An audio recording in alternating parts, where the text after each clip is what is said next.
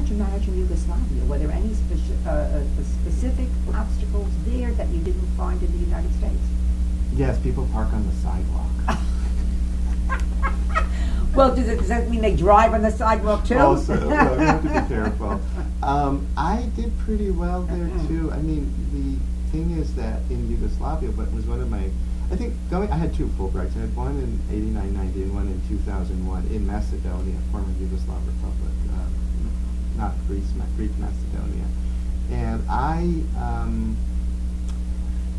think that speaking the language disarmed everybody. I was able to communicate, and I think that really helped. They were very, very accepting. It was very uncommon in their society to see anybody independently walking.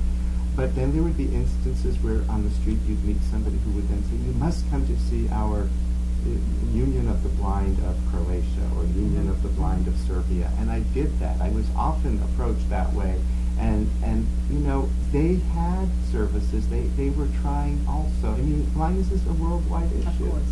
And so I think that, you know, in some respects, I was a foreigner anyway, so the blindness was just sort of this extra thing, right? It wasn't a big deal. Nobody made a big fuss about it. Already I was different because I was a foreigner, but the fact that I could speak their language made them very, very accepting of me no matter what. Did you have an assistant assigned to you, or do you have somebody helping? I had readers. I hired readers again. Yeah. You know, in terms of traveling around and being in foreign countries, is there anything that you saw technically or education-wise in other countries that they may do better than we do in the United States? What's your international perspective on education and visually impaired? I think we're quite well ahead, frankly. But Europe is interesting. There's a lot of there are programs. I mean, in different museums, for example, they have the same thing we have here. But I'm trying to think. That's a very good question. What I saw. One of the things that maybe is obvious to the sighted people, to sighted folks, is, you know, there might be more sound signals as you cross streets in some European countries, or maybe Japan, for that matter.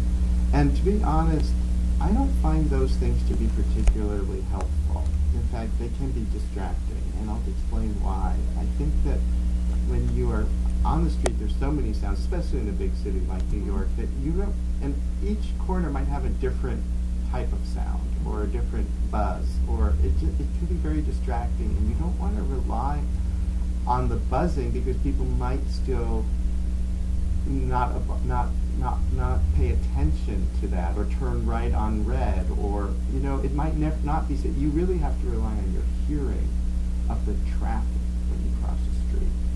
So the idea, for example, that you might make the world more accommodating to blind people, like make the floor of the train station have raised bumps or something to know which direction you're going.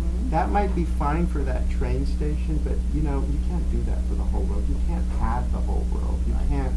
And so you have to develop the skills yourself. I mean, it is very nice that our subway platforms have, if you notice, those bumps near the end of where the platform meets the track. I appreciate that here. I mean, that's okay. But you can't have the world, tailor the world, and have sound signals. It's expensive, and B, it can actually make you less independent because you get used to it and you can't function in the other system. If you were giving a recommendation to either Arnie Duncan, Mayor Bloomberg, or Joel Klein about how to make life easier for blind people and visually impaired people in our society, what do you think you'd suggest? In the United States. Right. Well, I mean, right now, accessibility is important. Accessibility to electronic resources. We were trying, one of the initiatives in the National Federation of the Blind had was when books are submitted to the Library of Congress electronically, they should be made available to blind people electronically. And they're not now? No. Okay. Not that I know of. Well, maybe it's changed, but I don't think they are. In other words, I'd have to. I mean, we have access to the library for the blind, and those used to come on cassettes. Now they have a new format that they come on that's electronic. It's very nice.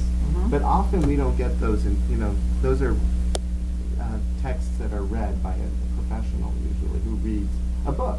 Now, a book comes out, it might not be read for another 6 months. So getting access to that material isn't that easy. If we can download things on our computer and have the copyright allow blind people to read the books electronically, I think that would be a big plus. So Terrific. Access to material would be good. And what about journals, professional journals in your field? Do you have access? JSTOR, we do through our library, and if you have a computer that talks, you can access that material. Okay, so that's not an issue. Right. I think access is a big one. I think one of the issues in New York City, believe it or not, has been if you're going to require hybrid taxis, they don't make a noise when they're idling. That can be a problem. So there is an attempt to have, for example, that the taxis make some kind of sound when they're idling, or there should be a way of knowing when a taxi is a hybrid taxi is idling. Those things. I don't know what you mean by idling. When it's available? No, when it's sitting at if you're in a hybrid car and it's waiting at the red light, you don't hear it. Okay. It's silent. Okay. And then if a blind person thinks that it's cleared across the street, they might be wrong. I see. You're crossing. You're the pedestrian. You're the pedestrian, and the taxi is sitting there, and you don't know the taxi is there. When a truck is there, you know. When a car is there, you hear the gas from right? There must be a way to tackle that issue. Absolutely. Anything else you can think of in technology or in that you feel would be for the future make life easier and everything more accessible? I'm thinking.